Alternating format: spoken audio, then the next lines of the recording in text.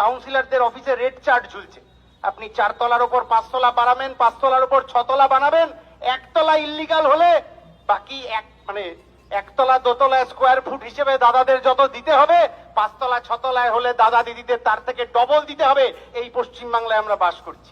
একটা কাউন্সিলর, আপনারা সকলেই জানেন যে গার্ডেন রিচের যে ঘটনা, দুর্ভাগ্যজনক ঘটনা কলকাতার বুকে ঘটেছে, যে একটি বাড়ি ধসে গিয়ে এখনো পর্যন্ত যা জানা গেছে যে 12 জন মানুষ মারা গিয়েছে।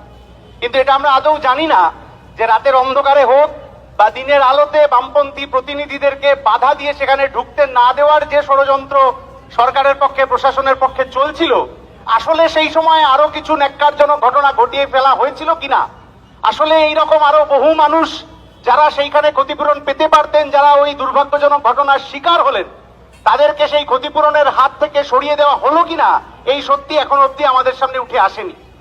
কিন্তু এই সত্যি আমাদের সামনে উঠে এসছে যে এই ঘটনা শুধু গার্ডেন রিচের ঘটনা নয়। এরকম ব্যাপার নয় যে শুধু গার্ডেন রিচেই এই ধরনের অবৈধ নির্মাণ হচ্ছিল। গোটা কলকাতার উত্তর থেকে দক্ষিণে আপনি মুদিয়ালি চলে যেতে পারেন, হালতু চলে যেতে পারেন, বন্দর এলাকায় যেতে পারেন, উত্তর কলকাতার বহু এলাকা যেতে পারেন, কলকাতার বাইরে হাওড়া, আসানসোল ইত্যাদি জায়গায় তো বটেই। গোটা রাজ্য জুড়ে তৃণমূলের প্রতিষ্ঠিত নীতি হচ্ছে যে আপনাকে যদি বাড়ি বানাতে হয়, আপনাকে যদি তার জন্য ওইসব ইট বালি চুনসুরকি সাপ্লাইয়ের কাজ করতে হয়, তাহলে আপনাকে বাধ্যতামূলকভাবে তৃণমূল করতে হবে। যেহেতু এই রাজ্যে গত 12 বছরে কোনো কাজের ব্যবস্থা হয়নি, এই জায়গায় যে জায়গায় আমরা দাঁড়িয়ে রয়েছি, 2019 সালের 7ই আগস্ট ঠিক এই জায়গায় এসে আমরা বিক্ষোভ করেছিলাম, একইভাবে গার্ডরেল ভেঙে দিয়েছিলাম। কারণ 2019-এর ওই দিন 30,000 শূন্যপদ নিয়ে এই বাড়িটা দাঁড়িয়েছিল, আর একই মেয়র সেই দিন আমাদের লড়াই আন্দোলনের ফলে ঘোষণা করেছিলেন যে ওই 2019 সালে সেপ্টেম্বর মাসের মধ্যে ওই শূন্যপদের নিয়োগ হবে। কিন্তু আজকে 2024 এখনো নিয়োগ হয়নি। একদিকে এই ধরনের যখন নিয়োগ হচ্ছে না, তখন পরিবারের অল্প বয়স্ক ছেলেমেয়েরা, মূলত ছেলেরা, বাধ্য হচ্ছে একাংশ আর কোনো কাজ না থাকার জন্য সিন্ডিকেটের কাজে যোগদান করতে। আমার বাড়ির কাছে হালতু, এই শেষবার কর্পোরেশন নির্বাচনের আগে আমার এক বন্ধু যে এখন বাধ্য হয়ে সিন্ডিকেটের কাজ করে, সে আমাকে ফোন করেছিল যে ভাই খুব বিপদে পড়ে গিয়েছি, কারণ ক্যান্ডিডেট যে ঘোষণা হবে তার আগে যে রিজার্ভেশন বেরিয়েছে, দেখছি সিটটা মহিলা রিজার্ভ হয়ে গেছে। আমি তাকে মজা করে বললাম যে মহিলা রিজার্ভ হলে কি হয়েছে, তুই তো আর ক্যান্ডিডেট হবি না, তোর অসুবিধা নেই। বলছে না, আমার ব্যাপার না, এর আগে দাদাই ব্লক প্রেসিডেন্ট ছিল, দাদাই কাউন্সিলর ছিল, দাদাকে একটা খাম পাঠালেই হতো। বৌদি এখনই ফোন করে দিয়েছে যে দাদা ব্লক প্রেসিডেন্ট আর আমি কাউন্সিলর হব, দাদার খাম আলাদা, আমার খাম আলাদা। এইটা গোটা কলকাতা শহরে, এটা গোটা পশ্চিম বাংলায় তৃণমূল চালু করেছে নিয়ম। কাউন্সিলরদের অফিসে রেড চার্ট ঝুলছে। আপনি 4 তলার উপর 5 তলা বানাবেন, 5 তলার উপর 6 তলা বানাবেন, 1 তলা ইল্লিগাল হলে বাকি 1 তলা 2 তলা স্কোয়ার ফুট হিসেবে দাদাদের যত দিতে হবে, 5 তলা 6 তলায় হলে দাদা দিদিদের তার থেকে ডবল দিতে হবে। এই পশ্চিমবাংলায় আমরা বাস করছি। একটা কাউন্সিলরের নাম যদি পাড়ায় গ্যারেজ কাউন্সিলর হিসেবে চিহ্নিত হয়ে যায়, তাহলে এটা বুঝতে অসুবিধা হয় না যে কোন খন্দের মধ্যে, কোন ফাঁদের মধ্যে, কোন মৃত্যু ফাঁদের মধ্যে আমরা কলকাতা শহরে বাস করছি।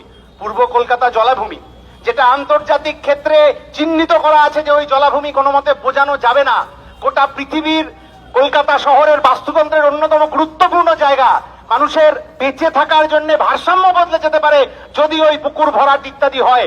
গোটা চত্বরে পুকুর ভরাট করে, খেলার মাঠ দখল করে, একের পর এক বাড়ি তৈরি করে ওই সিন্ডিকেটের লোকেদের কাছ থেকে জোর করে এই নির্বাচনে লড়ার জন্য একদিকে ইলেকটোরাল বন্ড আর একদিকে এই সিন্ডিকেটের তোলা আদায় করছেন তৃণমূলের নেতারা। কসবায় চিত্তরঞ্জন গার্লস স্কুল, সেই গার্লস স্কুলের স্কুলের মাঠটাকে ওইখানের তৃণমূলের কাউন্সিলর এবং বাকি নেতারা প্রায় জোগাড় যন্ত্র করে ফেলেছিলেন যে ওইখানটা থেকে হচ্ছে যে সিন্ডিকেট তৈরি হবে। এলাকার মানুষ রুখে দাঁড়িয়েছেন বলে আপাতত ওই কাজ বন্ধ রয়েছে, কিন্তু খোঁজ ওদের চলছে, চোখ ঘুরছে চারপাশে, কোথায় পুরনো বাড়ি ভাঙাই হবে, কোথায় নতুন বাড়িতে রিপেয়ারিং এর কাজ হবে, ওরা পৌঁছে যাবে। আপনি নিজের বাড়ির ছাদ সামলানোর জন্য একটা ওই গার্ড ওয়াল দেবেন, যেরকম ওই টিনের এখন করে, ওইটার জন্য অব্দি আপনাকে টাকা দিতে হবে। এই রেড চার্ট ঝুলছে, এবং এই রেড চার্ট শুধু এলাকায় ঝুলছে তা নয়, আমরা জানি যে এই রেড চার্টের 75-25 আসলে এলাকার কাউন্সিলর অফিস থেকে এই বাড়ির নেতাদের কাছে অব্দি পৌঁছেছে। সেই জন্যই আমরা মেয়রের পদত্যাগ দাবি করেছি। এর নতুন কথা নয়। 2016 সালে সব্যসাচী বাবু যখন বিধাননগরের মেয়র ছিলেন, উনি ঘোষণা করেছিলেন একটা টিভি মিডিয়ায় বলতে গিয়ে, বলেছিলেন আগার সিন্ডিকেট না হো তো সরকার গির যায়গি। এই যদি একটা সরকারের অবস্থা হয়, এই যদি একটা প্রশাসনের অবস্থা হয় যে সিন্ডিকেট না থাকলে সরকারটাই আসলে পড়ে যাবে, তাহলে ওই সরকারের থাকার কি প্রয়োজন এটা আমরা বুঝতে পারি না। ফলে অবশ্যই এই মেয়রের পদত্যাগের দাবিতে আমরা এখানে লড়াইতে নেমেছি। এখানে বহু কাউন্সিলর উপস্থিত আছে, রূপাদি আছে, ফাইয়াজ দা আছে, দেবাশিস দা আছে, দীপুদিও ছিলেন। যখন ওরা কাউন্সিলর ছিলেন, যখন এখানে সেই পুরসভা চলতো রোজকার জলকলের সমস্যা নিয়ে, যে 500 কোটি টাকার ফিক্সড ডিপোজিট এইখানে ছিল, সেই গোটা টাকাটা এই শেষ দুজন মেয়র, এ ভালো না ও ভালো, ও ভালো না এ ভালো, ওই তর্কে আমি যেতে চাই না। ওই মেয়র দুর্নীতি করে ওই সমস্ত টাকা নষ্ট করেছেন, শেষ করে দিয়েছেন জনগণের ট্যাক্সের টাকা। এই দুজন মেয়রকেই আবার আমরা নারদার ভিডিওতে হাত পেতে টাকা নিতে দেখেছি। ফলে মানুষের জন্য কাজ করার জন্য এই নির্বাচনের আগে আগে যারা এদিক থেকে ওদিক ঝাঁপ দেন, ওদিক থেকে ওদিক ঝাঁপ দেন, বা নানা রকম ভাবে দর বাড়ানোর চেষ্টা করেন, সেই সমস্ত চোরেদের বিরুদ্ধে, সেই সমস্ত দুর্নীতিগ্রস্ত লোকের বিরুদ্ধে লড়তেই আসলে বামফ্রন্টের পক্ষ থেকে আমরা এখানে এসেছি।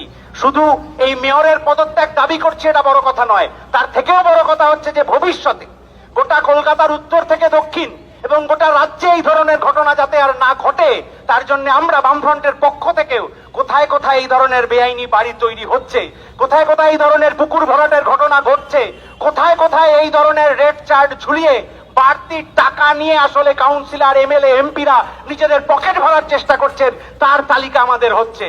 তালিকা যতদিন হচ্ছে ততদিন যদি এর ভেতরে থাকা কাউন্সিলররা সেগুলো শুনে নিয়ে ওই চোরেরা যদি সেই চুরি বন্ধ করে দেন তো ভালো, না হলে কিছুদিন পর লোকসভা নির্বাচন আছে, জনতার দরবারে যখন ওই চোরেদের বিরুদ্ধে হিসেব হবে, 99% খেটে খাওয়া মানুষের লড়াইতে 1% চোরকে হেরে ভূত হতে হবে, এই কথা দিয়ে এই লড়াইকে আগামী দিনে আরো তীব্রতর করা হবে এই আশ্বাস দিয়ে আমার কথা এখানেই শেষ করছি।